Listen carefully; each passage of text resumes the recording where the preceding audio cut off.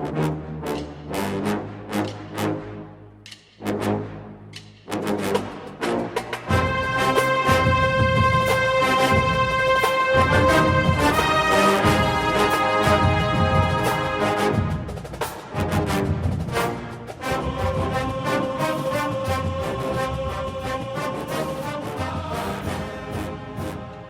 morning, Bucknutters. Welcome to the Bucknuts Morning 5 here on Wednesday, April 5th, 2017. I am Dave Biddle, and I am joined by Steve Helwagen.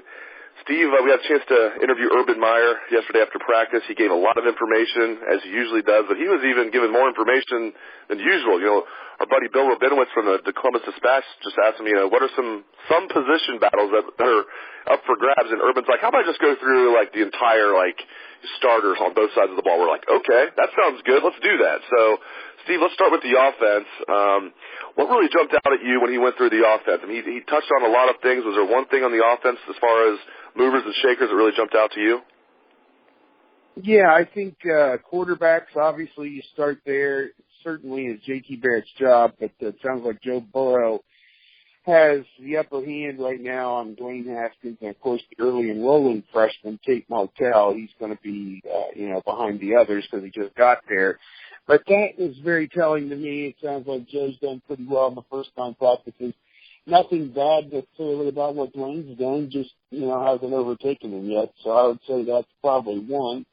And the running back situation, he laid that out there pretty crystal clear that Mike Weber separated himself, and then behind him, J.K. Dobbins, who was, I think, had an ankle injury yesterday and didn't practice a whole lot, and DeMario McCall are right there. It tells me that all three of them are going to play, and that they're going to find ways to get all three of them involved. And I thought with McCall it would be at the H-back receiver position, Harvin Samuel spot, but not the Harvin spot, just the Samuel spot now. It's the Samuel spot now, yeah. Samuel spot now. Harvin has been retired, so there you go. But, I think that was interesting. Chris Campbell sounds like he's going to be the H and go from there. And, offensive line, one last thing, and I got a little bit of intel about this on Malcolm Pridgeon that he made the comment yesterday. He's, quote, still learning the offense, which is kind of telling since he was there last fall and should know it, even though he wasn't playing and practicing. He ought to have a better idea, but he's behind, it sounds like, Knox and Burrell right now in the battle for the one open job on the offensive line. So to me, those were probably the highlights. And then Urban Meyer also mentioned he thinks tight end is the most improved position on the entire team. And, 2 years ago he was really down on the tight ends. He felt like they didn't even really have they didn't even have a third-string tight end 2 years ago. They had Nick Van Nett, who was banged up for a lot of his final year. They had Marcus Ball as the backup, and they didn't really have anybody else. I remember asking Urban, who's your third tight end? He said, we don't have one. And now, not only do they feel good about, the top end guys, they have a lot of depth because they don't have Marcus Ball right now in spring because of the shoulder, but they're going to have him back fifth-year senior. They have A.J. Alexander, who's really stepped up. He's running with the ones right now. And then the two young guys, the redshirt freshmen, Luke Farrell and Jake Hausman. I thought Hausman might be a little bit in front of Farrell. I'm wrong. Urban said flat out, no, Farrell's ahead of Hausman. He said it's close. It's not like Farrell's blowing him away, but he said they're comparable players. But right now Farrell is ahead of Hausman, so that's interesting. And just the fact that Urban's so high on the tight end position. Speak on that if you would, please. Yeah, I think the interesting thing there is obviously Ball's not practicing, so that's opened up so many more opportunities for A.J. Alexander to play with the first team, and it seems like he's done a fine job. Very conscientious kid, it seems like, carries out his assignments, and that's what set him apart, it sounds like, or, he's obviously got more time in the program than those other guys. But Hausman and Farrell were both outstanding high school players, and so I think it's great they were able to come in and get redshirted and now ready to contribute this year in 2017 if need be. So, yeah, I think it's exciting that because the tight end can be a very important position in the offense. We talked about blocking, making key catches, possession catches, converting first downs. That's what the tight end is there for, either blocking or catching the ball, is giving you first downs. So I think that's going to be very important this year. And then switching to defense, Urban just gushes about his defensive line, specifically his defensive ends. He says we're going to have the best defensive ends in the country, and I don't think that's even debatable when you have Nick Bosa and Jalen Holmes as your backups. And I don't know if they'll be backups this year. I tend to think Nick Bosa is going to find a way to be a starter. Not that it really matters when these guys rotate as much as they do, but just looking at last year, when you have Nick Bosa and Jalen Holmes as your backups, you know you're a stacked at defensive end. They got guys like Jonathan Cooper, who's he's a little banged up right now, but they really like him. You know, how is he going to see the field? How is Chase Young going to see the field? How is Rashad Berry going to see the field? They're so deep there. Defensive tackle, I know they love Draymond Jones and how he's coming on. They have the injury to Devon Hamilton. So they love their defensive line. Linebacker, I want to get your take on this. Malik Harrison is really coming on. He's got the banged up shoulder. I found it very interesting that Urban Meyer said Malik Harrison will not just play, he's going to push for a starting spot this fall. I don't think Jerome Baker is in any jeopardy of losing his starting job. Malik Harrison's not playing middle linebacker, so Chris Worley's not in danger of losing his job. I took that as that's a competition between Malik Harrison and Dante Booker when the fall rolls around. Is that the same way you read that, Steve? Yeah, I think so. And I go back to the day that I went over to Walnut Ridge a couple times. I think I saw Malik when he was offered and then saw him again when he signed with Ohio State. And his coaches there at Walnut Ridge just raved, you know, he could do whatever you need him to do, wide receiver, tight end, defensive end, linebacker, safety, whatever position you need Malik Harrison at, he's your Swiss Army knife. And he has proven to be just that. I think he's going to be, he could be the next big up-and-comer, kind of like a Darren Lee. That's what people have likened him to all along, kind of the same thing with Luke Fickle pounding the table for this guy and Urban Meyer going along with it. And sounds like it's going to pay off for all parties concerned. So I'm excited to see what happens here with Malik Harrison. I think he's a tremendous talent. And, sad that he's not going to be out there for the spring game next week, but, there's bigger fish to fry, in the fall with the 12 opponents that are lined up for them already to play and whoever else they may see. So I think Malik Harrison, again, and Booker, you hope everything's going well with him because he earned the starting spot last year and didn't get to play after the first or second game. So, it's going to be great one way or the other. It just sounds like an embarrassment of riches at that whole linebacker position. Then the secondary, they're obviously replacing 3/4 of their starters, but they seem very happy. They got a lot of unproven talent, but they are just dripping with talent back there. Damon Webb's the one returning starter. He's a safety, of course. They call it the Falcon position. And then it's interesting, talking to all the coaches, it's pretty clear it's a really tight race to be the other starting safety between Eric Smith and Jordan Fuller. And then at corner, I think it sounds like it's going to be a three-man rotation with Denzel Ward, Damon Arnett, Kendall Sheffield, definitely those three. Maybe another guy will get in the mix, one of those young guys like Okuda or Sean Wade, maybe one of those guys, maybe Rod J. Burns. Probably not Marcus Williamson as a true freshman, though you never know. But just talk about that. Who do you think is going to win that starting safety job between Eric Smith and Jordan Fuller? And how do you think that cornerback rotation is going to round out, Steve? I would not dismiss Jordan Fuller. Seems to me like he is a young guy who's on the rise.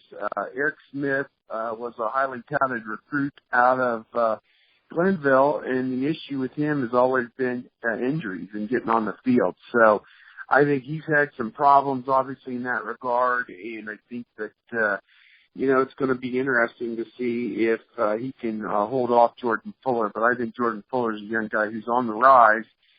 Damon Webb, to me, I thought played pretty well last year. So I'm excited about, those three at safety. And there's others that are over there, too, that, could figure into this at some point. And then you go over to corner. And a lot of the talk was about Wade, Okuda, and Sheffield and, the new guys. And Sheffield in particular has got 2 years under his belt, one at Alabama. And I think he redshirted at Alabama and was at the junior college last year. So, he's got the experience edge over those younger guys. And then you put an Arnett and, a Ward in there, and they've got the pride as older guys that they don't want to lose their spot or their reps or their time to get to newer, the newcomers. So sounds like they've risen to the occasion. Ward played quite a bit last year, had some, as one person on our message board pointed out, that Clemson located him time and again with Mike Williams, and that was a tough matchup for him, or tough duty, as Jim Tressel used to say. But with another year under his belt, maybe he can be a guy that steps up and mans that corner position. So I'm excited to see the ball in the air for the Student Appreciation Day this weekend, and then for the spring game the following weekend. I want to see how all these guys react and who makes plays on the ball. And, it was a year ago where Malik Hooker returned an interception for a touchdown against JT Barrett in the spring game. And I think that not that you want to see JT or anybody throw a pick, but who's going to be that guy that's going to go get the ball? I mean, that was so much a part of this defense and this team. To me, the defense was the backbone of the team last year, and the reason, 6 or 7 defensive touchdowns. Who's going to be the guy that gets the ball and gets you that pick six? In the Michigan game when your offense can't move it, who's going to get this thing going? And, it was Hooker last year, and it'll be interesting to see who it'll be this year. Yeah, how about that for some foreshadowing? Malik Hooker I forgot about that, with a pick six in the spring game last year, and then he goes on.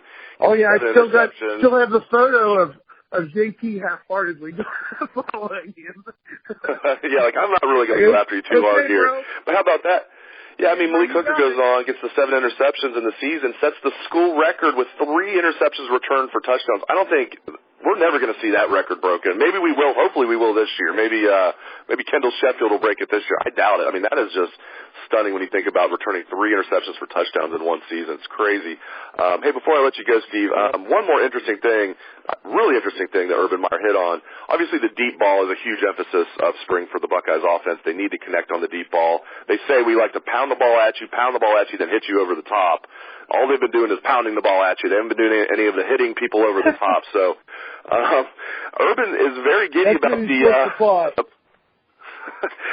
he's very giddy about this deep ball. He says this is the highest percentage that they've completed in practices since he's been at Ohio State. He says they're completing 90% of their deep balls. I want to see it before I believe it. To correct, I think what he was saying was, from the quarterback standpoint, and maybe the offensive line, it was 90% efficiency that the ball got out and got where it was supposed to be now. It could have gotten broken up. I think that was what he meant. He didn't mean to say they were completing 90% of their deep balls. I don't believe. I think what I heard him say was, they may not have been caught, all of them, but the ball was placed where it was supposed to be and the protection held up, et cetera. So I think that's what he was saying on that. Because if they're completing 90% of their 40-yard passes, that's all you'd ever do. So. Yeah. Maybe the defensive backs aren't as good as we thought if they're completing that many deep balls. But yeah, I think the bottom line is, take the 90%. Yeah. Yeah, but I think the biggest story here is just that he feels like, and he's a straight shooter. Would he come in there and tell us, the deep ball's so awful? Probably not. But I feel like, he's a straight shooter. He wouldn't come in there and gush about how he feels about the deep ball unless he feels like they've made exponential improvements. And how much can you improve in 3 weeks of practice, 4 weeks of practice? I don't know. But he seems really pleased with the direction that they're going with the deep ball. I know people out there thinking, well, there's no direction to go other than up. I get that, but it seems like they're going pretty fast. They're going up. They're improving at a pretty fast rate, it sounds like. Well, I'm excited. Like I said, let's see in the spring game if they can get some guys deep and make those connections. That's the big thing. And people have talked about JT's arm strength and sometimes his accuracy, and hopefully with the new quarterbacks coach, Ryan Day, hopefully he's been a stickler with him on the fundamentals. And we had a lot of people last year talk about how his footwork was off and how they'd let him get away with things that, they can't let him get away with just for whatever reason. And he needs to be, when he's at his best is when he is doing what he's supposed to do. And I think that's the JT that I think people want to see in 2017. And I think it's all fast, the pass game underneath, intermediate and deep. If they can, hit a good percentage, obviously, man, would that really help the running game, because they'll back that safety out of the box and give Mike Weber and whoever's back there a chance to maybe hit some home runs this year. Good stuff from Steve Helwagen. Thank you very much, Steve, and thanks to all the listeners out there for tuning into the show. I appreciate it. Hope you have a great day. Let's hear some Buckeye swag, best damn band in the land.